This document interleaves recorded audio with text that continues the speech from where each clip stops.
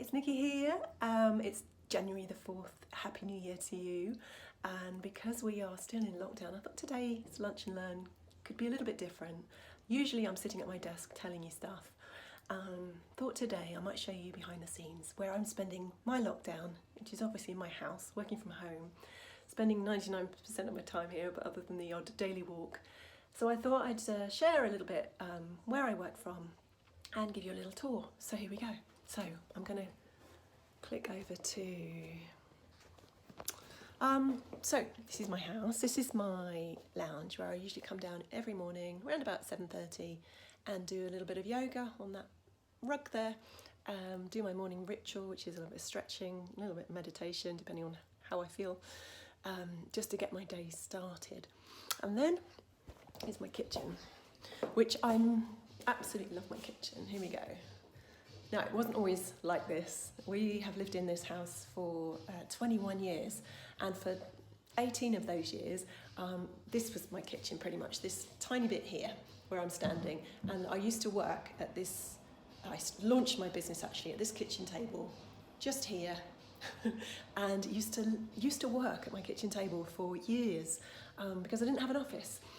So we decided 3 years ago to knock down the garage and actually extend this kitchen. So I've got a lovely kitchen. I've always wanted an island, so I've got my island.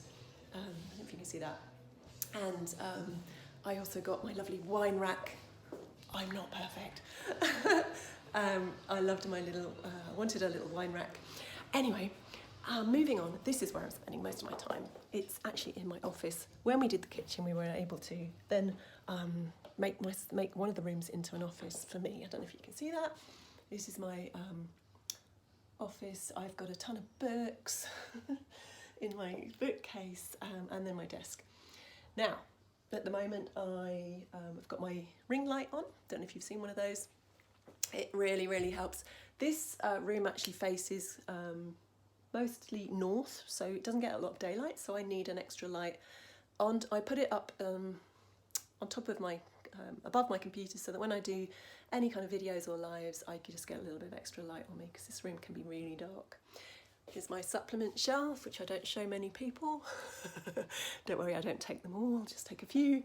I've got many books on hormones, health. I've got a whole section here on business type books, and then a whole other section down there. So today actually I wanted to talk to you a little bit about planning, because I'm this week I'm taking some time just to plan out the next couple of months. I do 2-month planning cycles because actually it's a lot more sustainable than trying to do quarters in my book, because when you do 2-month planning, it's a shorter time frame, so you can actually see the end in sight.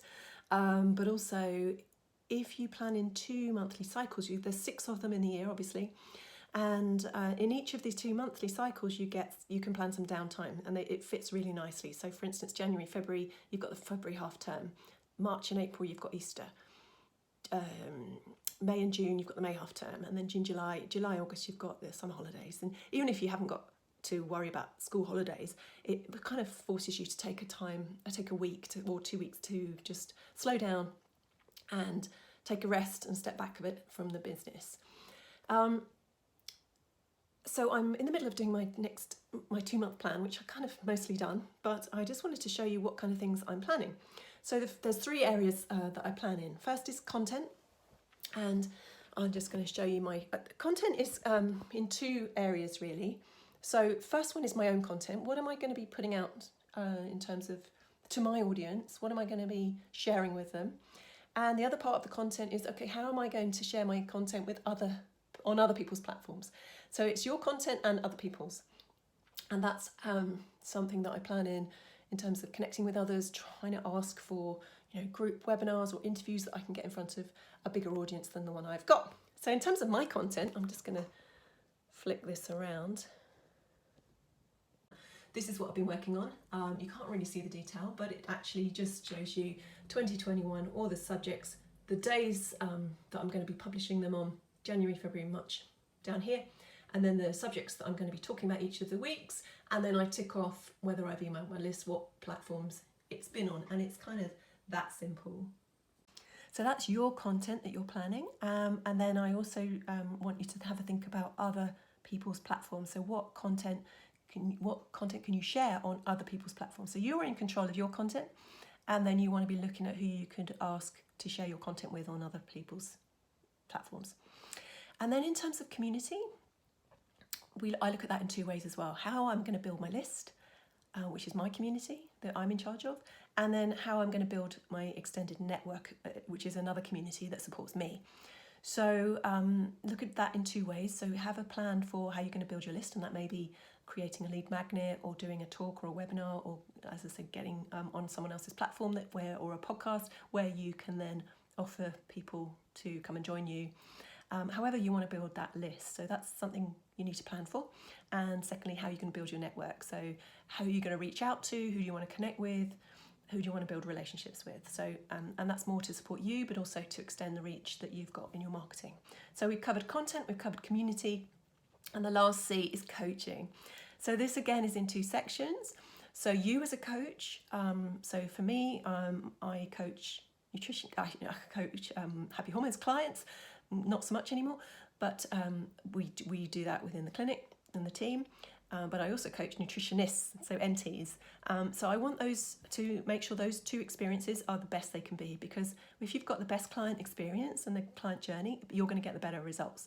The better results you get, the more fulfilling it is, obviously the more rewarding, but also the more referrals you're going to get, and the better your reputation is going to be for what you coach. So getting your coaching to be the best it can be, and then getting the right coach for you. Again, so making sure that you've got a coach that can mentor you, keep you accountable, support you when times aren't so great. So I've always had a coach right from the beginning. I would never not have a coach, because I just think it's just so beneficial to have somebody mentoring you.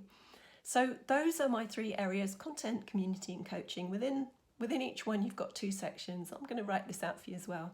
But I just thought today I would remind you of the things that you need to be planning in, and at least for the next 2 months, but also to plan in. Remember to plan in your downtime in January and February as well, so you get some time off. Most important, especially in these times when it can be very stressful. I hope you found that helpful. I hope you liked the little tour of the office, and I'll see you very soon. Take care.